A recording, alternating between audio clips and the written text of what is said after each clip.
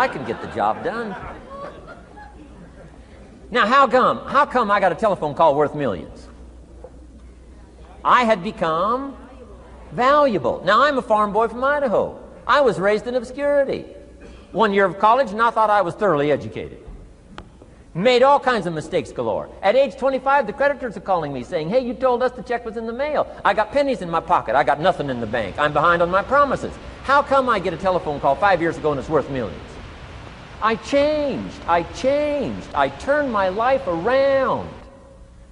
Is it possible to become worth millions? Speaking economically, now there's a lot of values to become, but let's just talk economics. Is it possible to become that valuable? And the answer is, of course, of course. Now let me give you the secret. Shoaff said, here's the secret, Mr. Rohn. Learn to work harder on yourself than you do on your job. Once I got that, it turned my life around. Learn to work harder on yourself than you do on your job.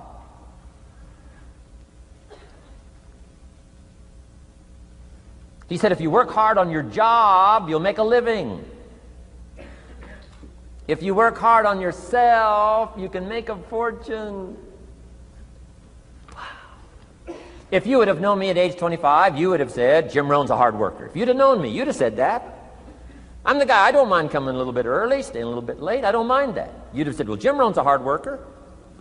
You say, well, how come he's got pennies in his pocket and nothing in the bank and behind on his promises? Well, I was a hard worker, but I was working hard on my job, not on myself. I'm telling you, if you'll learn that simple little principle and start the process today, latest tomorrow, I'll give you tonight to think it over. And start this whole process of personal development, work on yourself, make yourself more valuable to the marketplace. I'm telling you, you can so dynamically change your income, and economics is the least of the values that you can start earning in terms of equity if you'll start working harder on yourself than you do on your job. Work hard on yourself and develop the skills. Work hard on yourself and develop the graces. All of the stuff necessary to become more valuable to the marketplace. I'm telling you, your whole life can explode into change. Promotions, no problem. Becoming more valuable to the company, I'm telling you, no problem.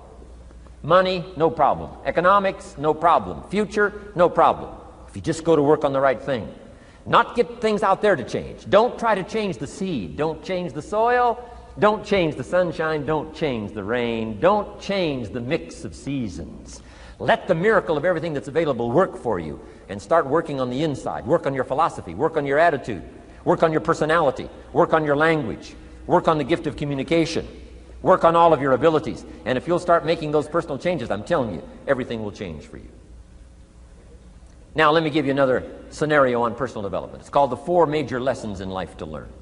Before we get to the 4 major lessons in life to learn, let me give you a key phrase for your notes. Here it is. Life and business is like the seasons.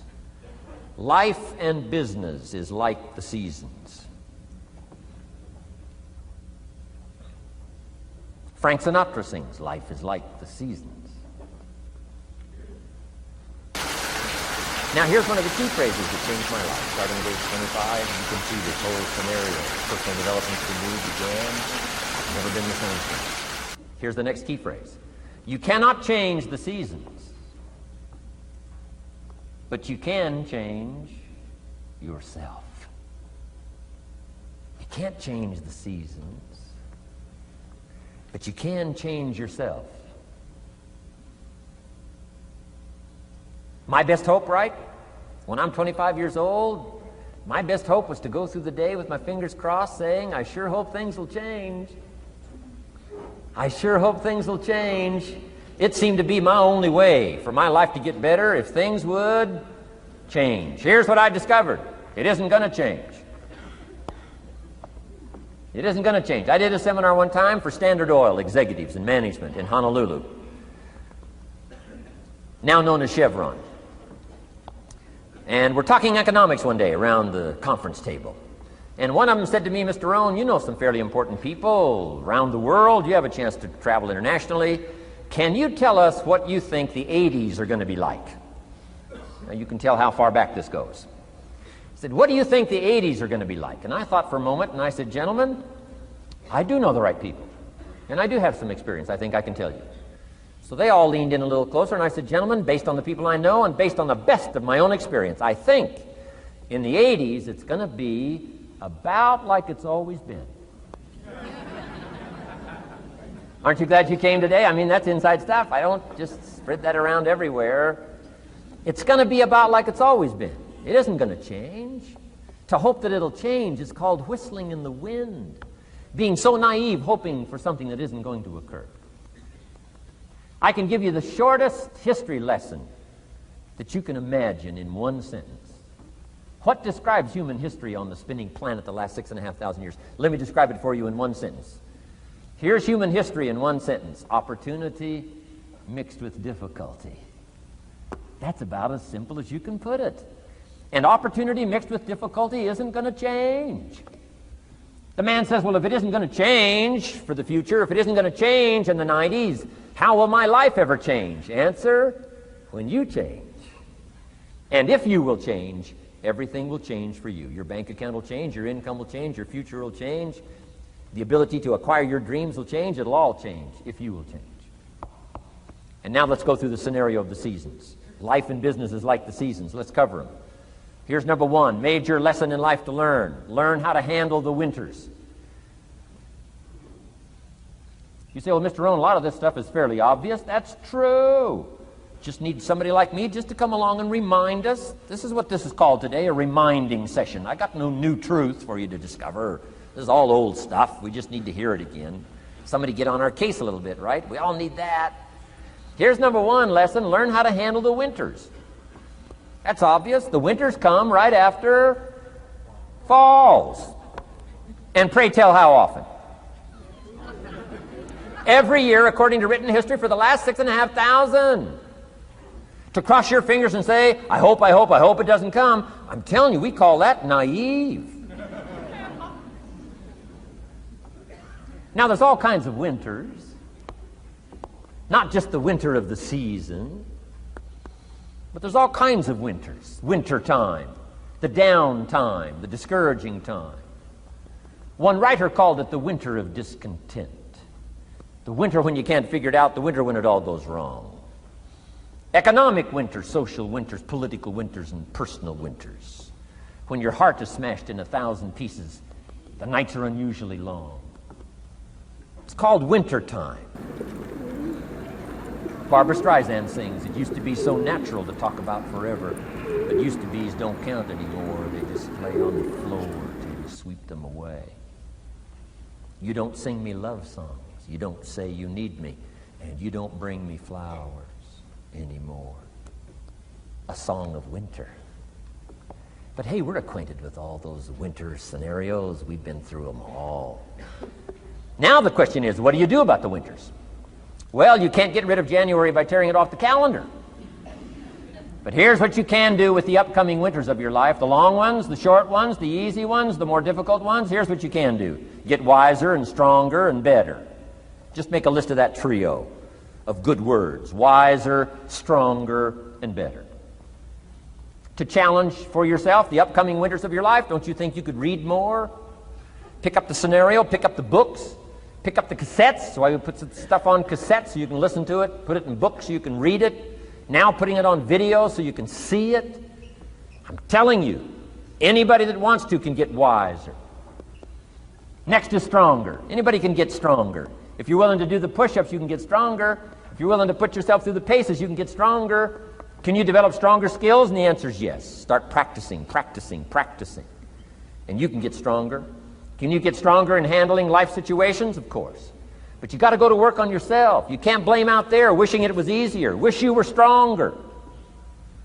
And here's the last one, get better. Anybody can get better. Language, we can all get better.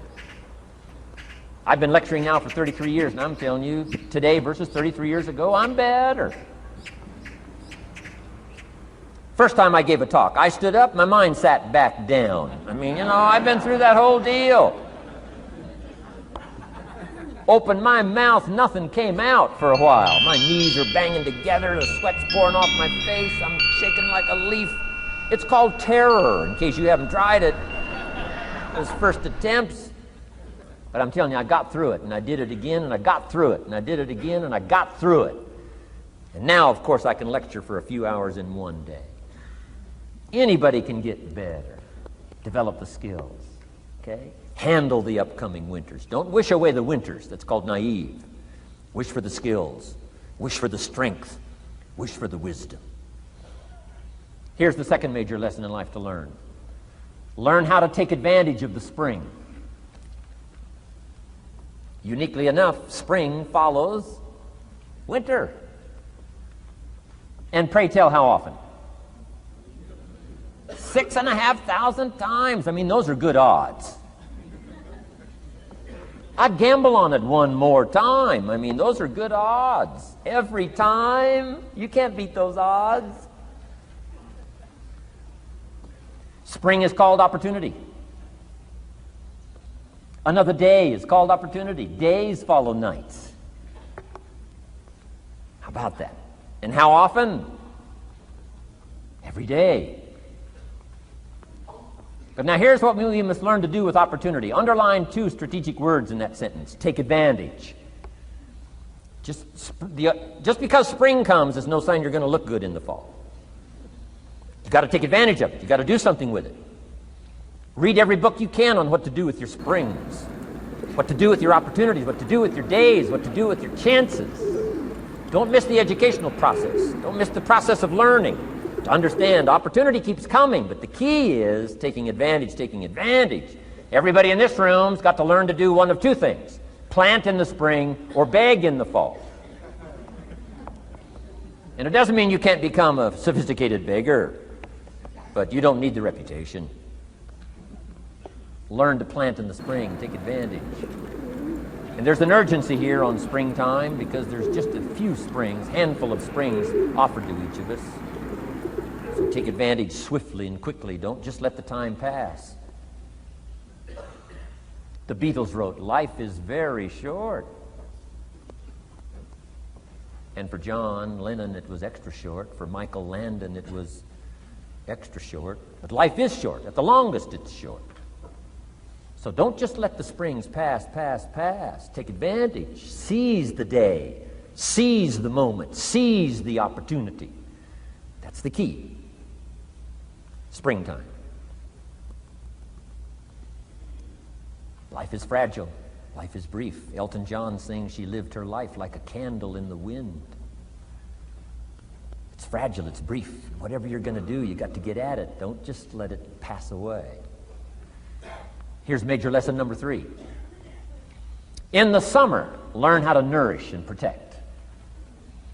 We've got 2 challenges in the summer in the personal development part of our life. And that is become capable and powerful enough in the summer and wise enough in the summer to nourish what's good and defend yourself against what's bad. Nourish and defend. The summertime is an interesting time. It holds the possibility of the promise of harvest time, but it also has the possibility of the threat. Sure enough, as soon as you've planted your garden, the busy bugs and the noxious weeds are out to take it. And let me give you another word of advice. They will take it unless you prevent it. Summertime is an interesting time. Best as I can describe summertime, you got to nourish your values like a mother. Nourish like a mother. Go after the threat to the values you've got like a father. Deal with the weeds. Kill the weeds. Nourish the garden and kill the weeds. It's called summertime. What a challenging time. Give life like a mother. Take life like a father. Summertime. You got to deal with the negative as well as the positive. Summertime is a unique, complex mix of positive and negative. Opportunity and threat. What a scenario of life itself. Opportunity and threat to the opportunity. And you got to deal with both. You got to think positive and you got to think negative. You got to handle what's ever out to threaten you. You got to learn to threaten it back. Summertime. Interesting time. Nourish like a mother. Defend like a father. You got to be like your bloodstream. in the summer. Red corpuscles to what? Nourish. White corpuscles to what? Fight. You've got to both nourish and fight. You've got to nourish and be vigilant. Okay. White corpuscles think negative. You can't just think positive. We call you naive. Somebody says, well, I've been taught to be all positive. You'll be some kind of freak. You can't be all positive. Thank God for white corpuscles that think negative all day. Guess what white corpuscles are looking for all day? Problems, infection. White corpuscles say, just show me some infection, I'll kill it. Why? It's out to kill the body. It's out to kill our chances. It's out to kill our future. Whatever threatens us, we threaten. I'm asking you to take sword to your enemies. Whatever's out to threaten you, threaten your health, you got to threaten it back. Like white corpuscles. Kill what's evil. Nourish what's good. Love like a mother. Hate like a father. Father says to whatever threatens his family, take 2 or 3 more steps toward this family and threaten my family, you'll cease to exist. I'm father, I kill.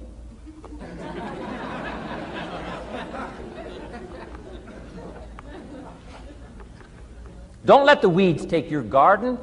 Wreck your chances for a good harvest. Deal with your enemies in the summer. Called good and evil. The great struggle in life is called good and evil. Tyranny and liberty. Sickness and health. It's the way life is. Tyranny threatens liberty. Takes over Kuwait. Can't have that. If tyranny takes Kuwait, it'll take Saudi Arabia. If it takes Saudi Arabia, it'll take something else. Where are we going to stop tyranny? As soon as possible, lest it take the whole world value. So George Bush draws a line in the sand, consults with his allies, sends 500,000 troops to Saudi Arabia. Finally, Desert Sword, Desert Storm, takes on Saddam Hussein, drives him out of Kuwait. Why? Because it has to be done. The great struggle between liberty and tyranny, the great struggle between evil and good. And you've got to treat your own life the same. Says Saddam Hussein, you can't have Kuwait, can't have Saudi Arabia. Furthermore, we're going to kick you out. Hires Chief White Corpuscle, General Schwarzkopf.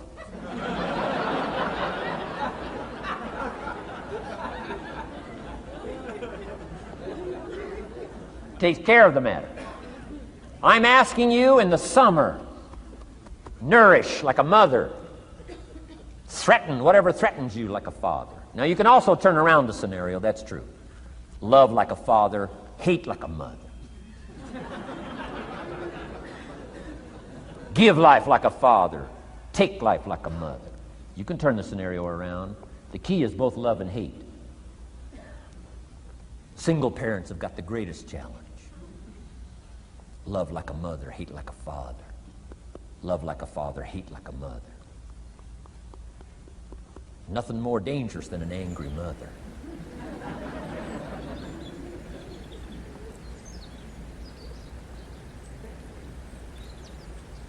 Beware the female species of the animal.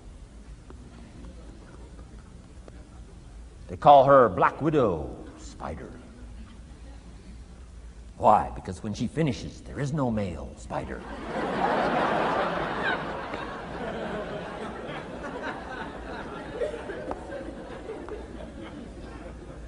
I saw this article. I was flying on an airplane up in Canada. I saw this article in one of the airplane magazines. Showed a picture of this guy with his shirt off, these claw marks down his back, teeth marks in his neck. The guy almost got killed. He was out in the woods, saw a mama bear with her little cub. Said, oh, this looks cute. Had his flash camera, went flash, flash, took a picture. Mama bear treats it unkindly, promptly chases him. Caught him, almost killed him before they got to him. Beware mama bear. So, love like a father, hate like a mother. However you want to treat this scenario, it's very important. It's called summertime. Part of the personal development challenge is to be challenged to learn to nourish all of your values, from a garden to a family relationship, to a love affair, to a marriage, to a business, anything that's valuable to you called equity. You've got to nourish it, you've got to feed it, you've got to take care of it, but you've also got to defend it. It's called the way things are. Key. In the summer. Now here's number 4. Fourth major lesson in life to learn. In the fall, in the harvest, learn to reap in the harvest without complaint. Important part of personal development. Reap in the harvest without complaint. Take full responsibility. Once you've learned this scenario, it's not the seed, it's not the soil, it's not the sunshine, it's not the rain, it's not the miracle of the giving of life, it's not the seasons that's to be criticized. We must take personal responsibility. So in the harvest, take personal responsibility. It's your crop. Whatever you've reaped, it's your crop. Take responsibility. No complaint. And here's the next one. No apology. The best of human maturity is no apology if you've done well, and no complaint if you haven't. Knowing that that's where the answers lie, within, and then without in the miracle of the possibilities that we have to work with. Those are the 4 major lessons in life to learn. Let's talk about some more parts of personal development. Here's the first one. Physical. The physical side. Got to take care of yourself. Do not neglect to take care of yourself. Good phraseology used in the Bible, in my amateur way, but let me put it to you best I can. Here's what it says. Treat your body like a temple. That's a good phrase, good suggestion. A temple meaning something you take extremely good care of. A temple, that's a good phrase. Treat your body like a temple, not a woodshed. A temple, a temple. Take good care. It's the only place you've got to live currently. The temple. Nutrition. My mother studied nutrition, passed it along to me, passed it along to my father, my children, my grandchildren. What a legacy that was. Learning to just take care of yourself. Key phrase. Some people don't do well because they don't feel well. They've got the gifts, they've got the skills. Maybe they just haven't taken care of themselves. They don't have the vitality. Key phrase. Vitality is a major part of success. Vitality. So take care of yourself. I know a guy that raises racehorses. I'm telling you, the guy feeds his horses better than he feeds himself. He's so careful how he feeds his horses. He's so careful what they eat. He's so careful that they get everything. And because of that extreme care, I mean, these are magnificent animals. They can run like the wind. But you ought to see this guy. 10 steps up a flight of stairs, and I mean, he's all out of breath. His horses can run like the wind, and he can hardly make it up the steps. The guy takes care of his animals better than he takes care of himself. Some people feed their dogs better than they feed their kids. Physical. Now, there's all kinds of parts to physical. Here's one. Appearance is part of the physical. Never have a second chance to make a first impression. The physical side. And here's some of the best advice on appearance I can give you. It comes from ancient script again. It says, God looks on the inside, people look on the outside. Isn't that good information? Now you say, well, people shouldn't judge you by how you look. Well, let me give you a clue. They do. They do. You can't deal in these shoulds and shouldn't. You'll be tipped over the rest of your life. Now, of course, when people get to know you, they'll judge you by more than what they see. But at first, they're going to take a look.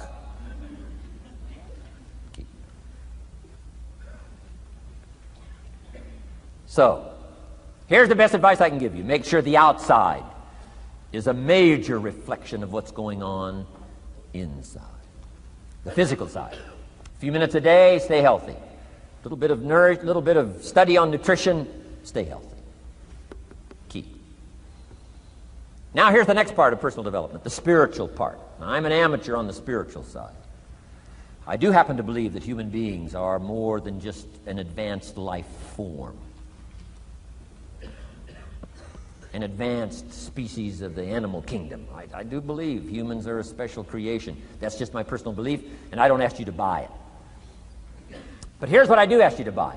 If you do believe in spirituality in any manner, here's my best advice. Study it and practice it. Do not neglect your values. Do not neglect your virtues. If you do believe in spirituality, my advice is study it and practice it. Don't let it go unstudied. Don't let it go unnourished, if you do believe. That's my best advice on the spiritual side. Now here's the third part. The mental side. Part of this personal development challenge is to develop mentally. Learn, study, grow, change. It's what schooling is all about. And the human development takes time, incredible amounts of time. That's why we've taken the time for this seminar. It just takes time. Some things you can't cover in a 20-minute speech. You can't cover in a little 5-minute talk. It takes time. For humans, it seems like more time than any other life form, human beings. The little wildebeest in Africa. Guess how much time it's got as soon as it's born to be able to run with the pack so it doesn't get eaten by the lions? Guess how much time it's got? A few minutes. As soon as the little wildebeest is born, tries to stand up, falls down. Its mother nudges it, gets it to stand back up, falls back down. Finally, on little shaky legs, it tries to nurse. Mother pushes it away. She moves away, so it can't nurse. Why? You can't nurse now. You've got to develop some strength now. The lions. Falls down, gets back up, tries to nurse. Mother pushes it away. No. You got to get these legs strong. How much time have we got? Not much time. Mama wildebeest says, not much time. Not hours, not days, minutes. Wow. But the human baby, wow. After 16 years, we're not sure. Right? Unbelievable amount of time it takes. So it does take time for personal development. It does take time for spiritual development, physical development. But here's also what takes time, and that's your mental development. Feeding the mind. Nourishing the mind. Some people read so little, they got rickets of the mind. They couldn't give you a good, strong argument as to their own personal beliefs. Here's one of the challenges we've got as parents, and that is to get our kids ready to debate the major life issues of the 90s. They've got to get ready to debate. We've spent this last couple of decades debating communism. Communism taught capital belongs in the hands of the state. We've been teaching, no, capital belongs in the hands of the people. Communism taught people are too dumb and stupid to know what to do with capital. You got to take capital away from all the dumb, stupid people and give it to the all-knowing, all-wise state. And let the state run everything and let the people meekly show up for their work assignment. All glory to the state, communism taught. Kid says, well, is that right? No, all glory to the people. Let the state be the servant of its people, not the people be the servant of the state. I'm telling you, you got to be able to pick up those ideologies. You got to be able to pick up the philosophy. And here's the next part. You got to be able to defend it. If you can't defend your virtues and if you can't defend your values, I'm telling you, even in the 90s, you'll fall prey to philosophies that are not in your best interest. And we've got to help our teenagers, we've got to help our kids especially to be able to debate the major life issues, the political issues and the social issues and the religious issues and the